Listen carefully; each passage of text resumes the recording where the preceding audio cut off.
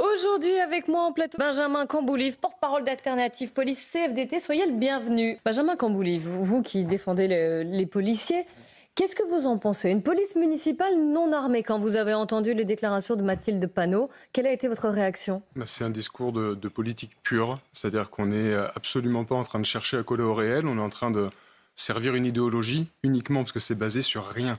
La police municipale, évidemment qu'elle doit être armée, elle est exposée exactement au même risque que la police nationale. Il n'y a que le politique qui peut s'amuser à faire des distinctions, mais le délinquant, le voyou, il ne se demande pas s'il y a marqué municipal ou national dans le dos. Vous êtes attaqué parce que vous représentez l'autorité. Et c'est pareil pour les gens, pour la population. C'est complètement aberrant, inaudible, que d'imaginer dire à quelqu'un que le policier qui est présent, qui est sur site, ne va pas venir l'aider parce qu'on a décidé dans un bureau que oui, mais sa mission, normalement, n'est pas censée être risquée, donc pas besoin qu'il soit armé. Ça n'a aucun sens. Et la police municipale, on en a aussi besoin, malheureusement, tout simplement pour pallier les carences en effectifs de la police nationale. Parce que le problème de base qui fait que les maires constatent qu'il y a un manque de sécurité de voies publiques dans leur commune, c'est que l'État ne recrute pas de police nationale. Donc on a besoin de cette police-là. Ils ne vont pas attendre 15 ans que des renforts de police n'arrivent pas, les maires. Évidemment qu'ils veulent se développer avec une police municipale, mais une police municipale qui soit équipée, qui soit formée et qui soit armée, Elle n'est pas en concurrence avec la police nationale. Elle n'est pas en concurrence, mais c'est là que c'est-à-dire que le but, ce qu'on doit rechercher, c'est la complémentarité. Chacun dans ses missions, certes, la police municipale, elle a une vocation, un ancrage local, une vocation à être une forme de police de proximité, assurer cette présence rassurante, préventive de voie publique, ce que ne peut pas faire la police nationale, qui n'a pas les moyens d'être dans le préventif. Nous, on doit conserver les missions régaliennes, donc le renseignement, le maintien de l'ordre, les enquêtes de police judiciaire. Donc c'est chacun dans ses missions, en effet, mais tout le monde armé pour faire face aux dangers qui sont communs. Et c'est là que le discours de Mathilde Panot, il n'est pas très clair. On nous parle de réintégrer la police municipale, mais complètement réintégrer la police municipale à la police nationale. Elle n'y a jamais été intégrée, donc ça va être compliqué de la réintégrer. Dans un premier temps, on peut considérer qu'une erreur de formulation, mais il y a aussi quelque chose qui dénote un manque de maîtrise de la matière. Ensuite, l'intégrer, c'est pas possible, parce que c'est pas la même catégorie. C'est-à-dire que vous avez une police nationale en catégorie B et une police municipale en catégorie C. Donc ça ne veut pas dire qu'ils sont moins bons, qu'ils sont des moins bons effectifs, ça veut dire que c'est pas pareil. C'est-à-dire qu'il y aura immédiatement des problématiques de formation, de compétences. Et tout ça, ce n'est pas pris en compte. Donc il faut quand même comprendre ce que l'on dit, et les choses qu'on met sur la table en ce moment n'ont pas de sens, elles ne sont que dictées par l'idéologie. Le Rassemblement national disait hier que c'était une stratégie électoraliste et une stratégie qui visait les voyous et les racailles. C'est une politique pour les voyous. Mais c'est surtout une politique qui est dangereuse, parce qu'il faut comprendre ce qui se passe avec la délinquance. Forcément, si vous avez une commune où la police municipale ne peut pas répondre, n'est pas armée, eh bien cette commune va attirer immédiatement la délinquance. Si vous voulez commettre un méfait, vous n'allez pas le faire, là vous aurez une réponse. Vous allez aller mathématiquement là où il n'y a pas de police municipale armée. Ce qui implique que toutes les communes LFistes, instantanément, du moment qu'on a un maire LFiste qui supprime l'armement des policiers municipaux, vont voir exploser le taux de délinquance et de criminalité. C'est un effet mathématique. Donc l'idéologie, ça amène à l'exposition au danger des policiers municipaux, évidemment, qu'on désarme au sens propre comme au sens figuré, et de la population que l'on vient surexposer aux violences. Et dernier point, pour dire un mot quand même sur la vidéo, qu'on nous explique que ça ne sert absolument à rien. Voilà, c'est mis en place, on ne sait pas quels sont les effets. La vidéo, ça sert à dissuader, ça sert au travail d'enquête et ça sert à prendre en compte les auteurs d'infractions quand ils sont en fuite. Si vous n'avez pas le relais de vidéo, vous ne pouvez pas savoir où ils sont, vous ne pouvez pas faire converger des véhicules de police pour les stopper. Le seul point... C'est un outil, c'est une aide. Alors c'est une aide qui est indispensable. À chaque fois qu'il y a une affaire qui est portée à notre connaissance, la première question c'est est-ce qu'il y a des vidéos, est-ce qu'il y a des images, pour qu'on puisse identifier, les auteurs d'infractions. Le point qui est un peu bancal avec les vidéos, c'est l'aspect dissuasif. Parce que vous n'allez pas réellement éteindre l'infraction, vous allez la déplacer. C'est-à-dire que si vous mettez une caméra, évidemment que le point de deal ne va pas se constituer devant la caméra, mais il va se constituer 2 rues plus loin. Mais ce n'est pas parce qu'il y a ce manque sur la dissuasion, qui n'est pas un manque total, parce que vous allez néanmoins pouvoir protéger un site déterminé, un site choisi, une école, un lieu de culte, ce que vous voudrez. Mais c'est vrai que l'infraction va se déplacer. Il n'en reste pas moins qu'on en a besoin pour le travail d'enquête et que ça nous permet de savoir où sont les gens qui sont en fuite pour venir les interpeller. Merci beaucoup, c'était très clair. Voilà, le défi sécuritaire qui se pose à Lyon, comme d'autres villes qui sont dirigées par des maires écolos. Et là aussi, il y a un certain débat. Benjamin Camboulive. Oui, c'est-à-dire qu'on voit bien que tous les positionnements écologistes ne sont pas anti-police. Donc là, ça peut surprendre de voir des personnalités écolos manifester leur désir que les polices municipales soient armées, parce qu'on est habitué médiatiquement à avoir à commenter les violences de cette néo-écologie radicalisée. Qu'est-ce qui s'est passé en fait? Les écolos, ils se sont extrémisés sur l'échiquier politique pour essayer d'exister. C'est-à-dire qu'ils ont voulu porter, grâce à la tribune que leur offrait l'extrême gauche, leur discours. Bon, au final, leur discours, il est complètement noyé dans un marasme de revendications de l'extrême gauche. Ça part de la corrida jusqu'à la légalisation du stupéfiant. Et le moyen de porter leurs revendications, c'est devenu la violence. C'est-à-dire que les revendications écolo sont devenues le cheval de Troie des Black Blocs. Donc c'est pour ça qu'on peut être surpris. Mais ça nous montre quoi? Ça nous montre que la majorité des écolos ne sont pas des gens radicalisés et qu'ils comprennent les enjeux. Simplement, ces gens-là, on les entend pas. Et peut-être aussi parce qu'ils sont face aux réalités du terrain certaines fois, dans certaines villes en tout cas. Bien entendu, ils sont face aux réalités. Ils savent le danger qu'il y a avec l'explosion de la violence qui est partout. Et c'est pour ça qu'idéalement, la police municipale, il faudrait que toutes les municipalités puissent la développer. Rapidement, avant qu'on change de sujet. Simplement sur Mulhouse, ils n'avaient même pas le droit de tirer. C'est-à-dire qu'ils ne sont pas soumis à la même légitime défense que nous. Donc même contre un terroriste, vu que c'était le cadre du périple meurtrier, leur légitime défense ne leur permettait pas d'ouvrir le feu sur le terroriste. Je voudrais avoir votre avis sur Redouane Faïd, vous savez, le multirécidiviste, braqueur, détenu dans la prison de Vendin-le-Vieil, qui est une des prisons les plus sécurisées du pays. Vous le voyez ici à l'image. Eh bien, je cite, « Les conditions de détention de Redouane Faïd à l'isolement depuis 12 ans sont contraires à la dignité humaine, selon la Chambre d'application des peines de Béthune, qui a demandé à y mettre fin. Il fait valoir en fait que ces conditions entraînent une détérioration de son état de santé physique, psychique, parce qu'il est à un isolement strict, sensoriel et social, et que les complications peuvent devenir irrémédiables. Je voudrais avoir votre avis, on va faire un tour de table. Benjamin Camboulive. Oui, brièvement, s'il est à l'isolement, au départ, c'est pas pour rien. C'est qu'il y a une raison. Oui. C'est pas pour rien. On est sur un profil quand même très dangereux, multirécidiviste, braqueur. Cela dit, la France se targue aussi d'être un état de droit où il y a des conditions où on n'est pas dans des geôles. Bien entendu, mais ce qui se passe, c'est que vous avez en fait le renseignement pénitentiaire qui établit des fiches sur les détenus pour voir s'ils doivent être ou non placés sous le statut de détenu particulièrement surveillé. C'est la justice qui en décide, qui va dire oui ou non, c'est un DPS, donc détenu particulièrement surveillé. Quand on fait ça, c'est pour protéger. Ça sert à ça, la prison. Au bout d'un moment, c'est pour amener une sanction à l'auteur et pour protéger la population en maintenant à l'écart de la société l'individu qui est dangereux. Donc s'il y a un fort risque d'évasion, on doit mettre en mesure des mesures concrètes pour permettre que la personne reste enfermée. Par hélicoptère, juste pour faire un point de contexte, c'était lui, cette spectaculaire évasion. C'est pour ça que notre devoir en tant que société, c'est de mettre en place les conditions qui font qu'il va rester en prison. Simplement, la pénitentiaire, pour le faire, elle le fait en fonction de ses moyens et de ses effectifs. Donc on ne va pas lui privatiser une cour de promenade, par exemple. S'il a moins de droits que les autres, c'est déjà parce que le régime il est dérogatoire à celui des détenus plus conventionnels, et c'est parce que c'est nécessaire. Encore une fois, la pénitentiaire ne peut que travailler avec les moyens qui sont les siens. Je rappelle qu'il avait fait un braquage, plusieurs braquages, mais l'un qui a coûté la vie à une policière municipale. Oui. Et il y avait eu, il ne s'est pas échappé qu'une seule fois, on se souvient de l'hélicoptère, mais il y avait eu d'autres. Donc la sécurité publique prime très clairement sur les conditions de détention de ce type de personnages. Le tribunal administratif de Lyon a suspendu l'arrêté de couvre-feu que vous aviez pris à destination des mineurs de moins de 17 ans. Vous l'aviez pris pour l'été. Benjamin Camboulive, oui. Vous aviez peut-être une question ou une remarque par rapport aux propos de Mickaël Pacaud? Simplement une déception que ça puisse être contesté comme décision, parce que c'est vrai que c'est une restriction de liberté par définition, un couvre-feu. Vous avez une limite qui est géographique, ce ne sera pas partout sur la commune, une limite horaire de telle heure à telle heure, une limite temporelle, ce ne sera pas ad vitam aeternam, c'est pendant un temps donné.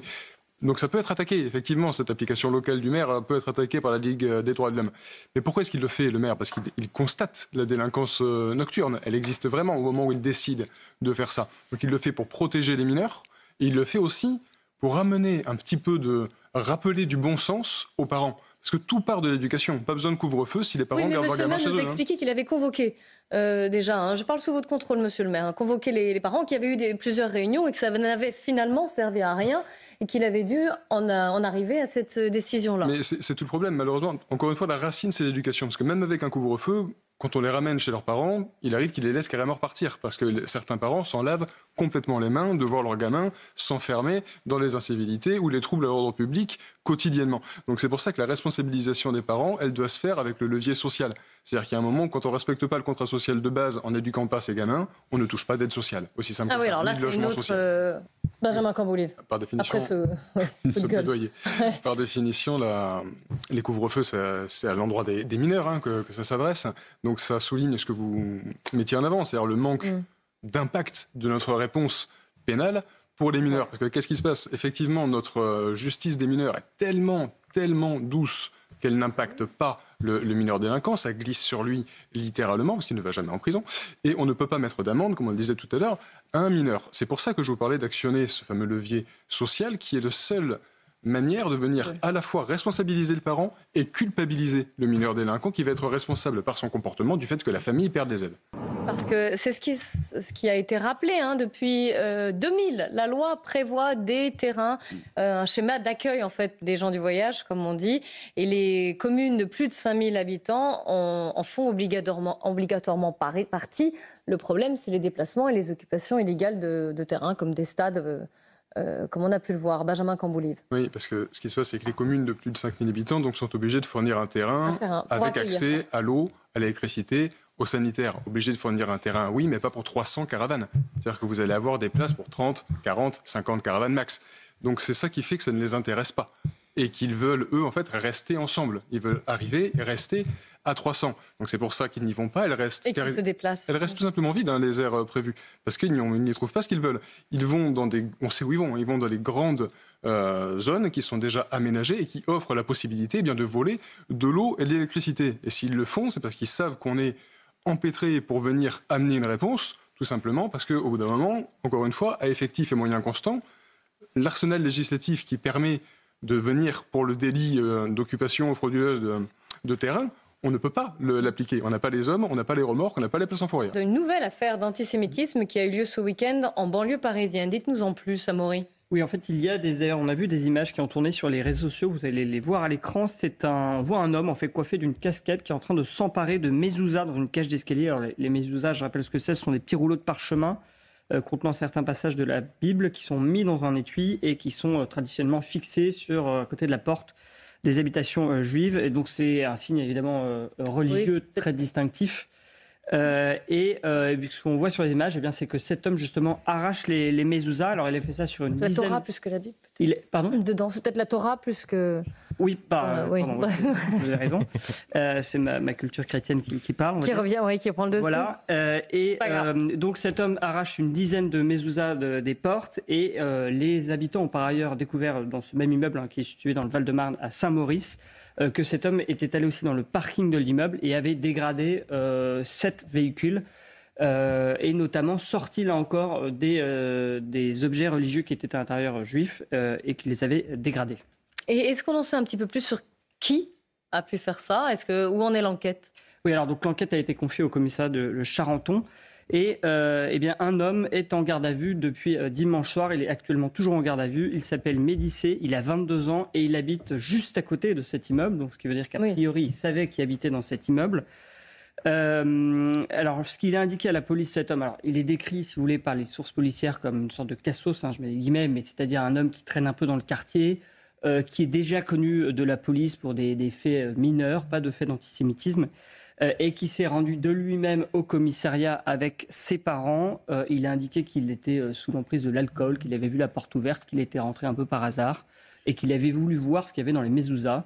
Alors évidemment, c'est pour les victimes, on a beaucoup plus à faire un acte clairement antisémite. Puisqu'ils délibéré, oui. Voilà, qui sont pris à ces actes. Et puis bien sûr, ça fait écho avec ce qui se passe, l'explosion des actes antisémites depuis le 7 octobre dernier.